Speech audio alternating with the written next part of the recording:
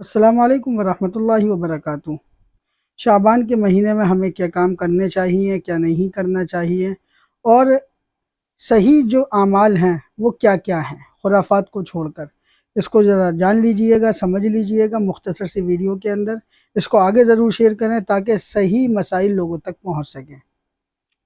دیکھیے، صحیح مسلم کی ایک روایت ہے جس میں لکھا ہے کہ حضور علیہ السلام چند دن چھوڑ کر پورے شعبان کے روزے رکھا کرتے تھے۔ اسی طرح اماں عائشہ صدیقہ رضی اللہ تعالیٰ عنہ فرماتی ہیں، مروی ہے کہ آقا شعبان سے زیادہ کسی اور مہینے میں روزہ نہیں رکھا کرتے تھے۔ ایک اور روایت ہے اماں عائشہ رضی اللہ تعالیٰ عنہ سے، فرماتی ہیں کہ حضور کو عام تمام مہینوں میں شعبان کے روزے رکھنا زیادہ پسندیدہ تھے۔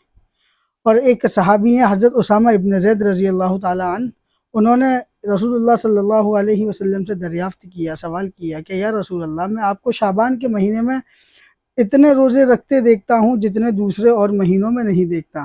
تو آقا علیہ السلام نے فرمایا کہ شعبان کے اندر بندوں کا نامہ اعمال اللہ کے حضور پیش کیا جاتا ہے، اور میں یہ چاہتا ہوں کہ میرا نامہ اعمال اللہ کی بارگاہ میں جب پیش ہو تو میں بحالت روزہ ہوں، یعنی کہ روزے کی حالت میں ہوں۔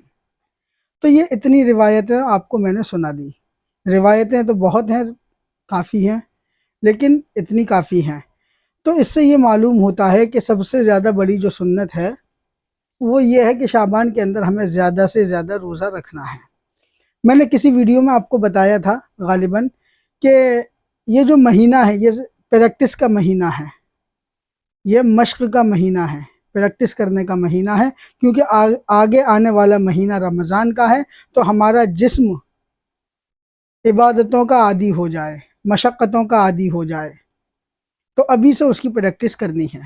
جو سب سے زیادہ اہم کام ہے اس مہینے کے اندر وہ یہ ہے کہ ہمیں اس مہینے کے اندر زیادہ سے زیادہ نفلی روزے رکھنے ہیں۔ اگر کسی شخص کے روزے ذمے میں ہوں، قضا ہوں، تو اس کو چاہیے کہ اس مہینے میں اپنے قضا روزے نپٹا لے۔ اور دوسرا جو سب سے اہم کام ہے، قرآن کریم کی تلاوت ہے۔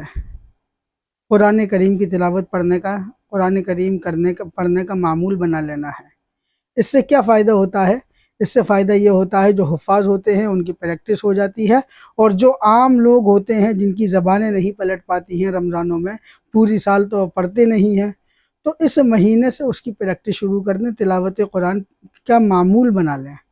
تیسری جو عبادت ہے جو صحابہ سے ثابت ہے، جناب محمد رسول اللہ صلی اللہ علیہ وسلم اکثر کیا کرتے تھے، وہ یہ ہے کہ دعا مانگی جائے کہ اللہ ہمیں رمضان نصیب فرما دے۔ صحابہ اکرام نے اس کو اپنا معمول بنایا ہے، آقا علیہ السلام نے بھی اس کا معمول کیا ہے کہ جب بھی رجب کا چاند نظر آتا تو آپ فرماتے اللہم بارک لنا فی رجب و شعبان وبلغنا فی رمضان۔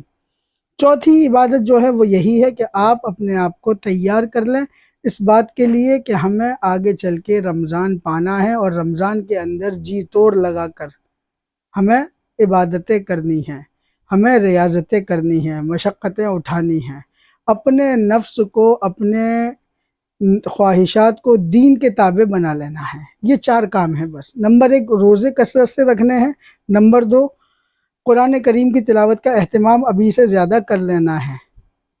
نمبر 3، رمضان کے لیے دعا مانگنے ہیں، یا اللہ ہمیں رمضان نصیب فرما دے۔